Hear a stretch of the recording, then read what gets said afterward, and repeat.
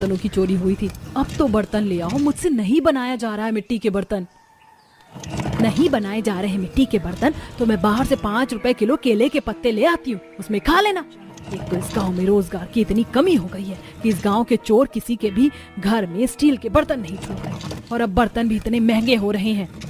आशा के गांव में घरों से स्टील के बर्तन चोरी हो जाते हैं, इसीलिए आशा और गांव के अधिकतर लोग अपने घर में मिट्टी के बर्तन या केले के पत्ते का खाना खाने के लिए इस्तेमाल करते थे। इसी तरह 10 दिन बीत जाते हैं और हर दिन नेहा निशा अपने माता पिता से स्टील के बर्तन लाने की मांग करती है। ऐसे ही एक दिन जब आशा खाना बना रही थी तो रहने दो आप दोनों, अगर स्टील के बर्तन नहीं ला सकते खाने के लिए तो केले के पत्ते ही लाकर दे दो। मिट्टी के बर्तन में खाने से खाना भी किरकिर हो जाता है। मुझे तो समझ नहीं आ रहा, अगले हफ्ते ताऊ जी आ रहे हैं, क्या आप लोग उन्हें भी केले के पत्तों में खाना दोगे?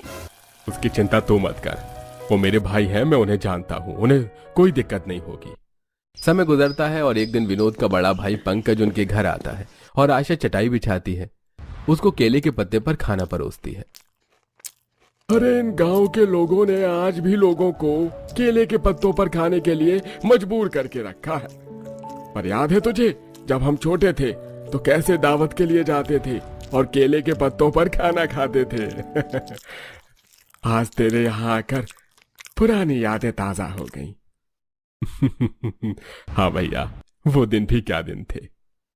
वैसे मैं यहाँ हमारी नेहा बेटी के लिए रिश्ता लेकर आया हूँ। मेरा एक दोस्त है, वो लोग काफी अमीर हैं और अपने छोटे बेटे के लिए रिश्ता देख रहे थे।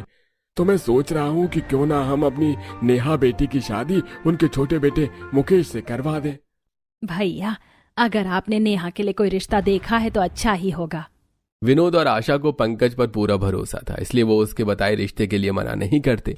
बहुत जल्द पंकज लड़के वालों के साथ आता है। वहीं कमरे में बैठी नेहा माँ से कहती है, माँ आज मुझे लड़के वाले देखने आए हैं, कम से कम आज के दिन तो 2 बर्तन खरीद लेती। हाँ माँ, मुझे भी डर लग रहा है कहीं केले का पत्ता देख वो लोग रिश्ता न तोड़ दें। अरे चुप करो तुम दोनों, कुछ नहीं होगा। जहां नेहा और निशा इस बात से परेशान थी तो वहीं आशा चटाई बिछाकर घर आए मेहमानों को केले के पत्तों पर खाना परोसती हैं। सभी को खाना काफी पसंद आता है और नेहा भी, वो लोग इस रिश्ते के लिए हाँ कर देते हैं। मुझे बहुत अच्छा लगा आप लोगों के घर आकर, वरना आजकल के जमाने में तो लोग कांच के स्टील के बर्तन में खाना खाते हैं सब। पर आप लोगों ने हमारे स्वागत के लिए न सिर्फ अच्छे पकवान बनाए बल्कि इतने अच्छे से केले के पत्तों पर खाना परोसा, मजा आ गया। सच में, वरना आजकल लोग केले के पत्तों पर खाना खाने के लिए बड़े बड़े रेस्टोरेंट जाते हैं। अब बातें हो गई हैं तो शादी की तारीख भी निकाल लेते लगे हाथ, ताकि मेरी होने वाली बहू जल्द से जल्द मेरे घर आ सके।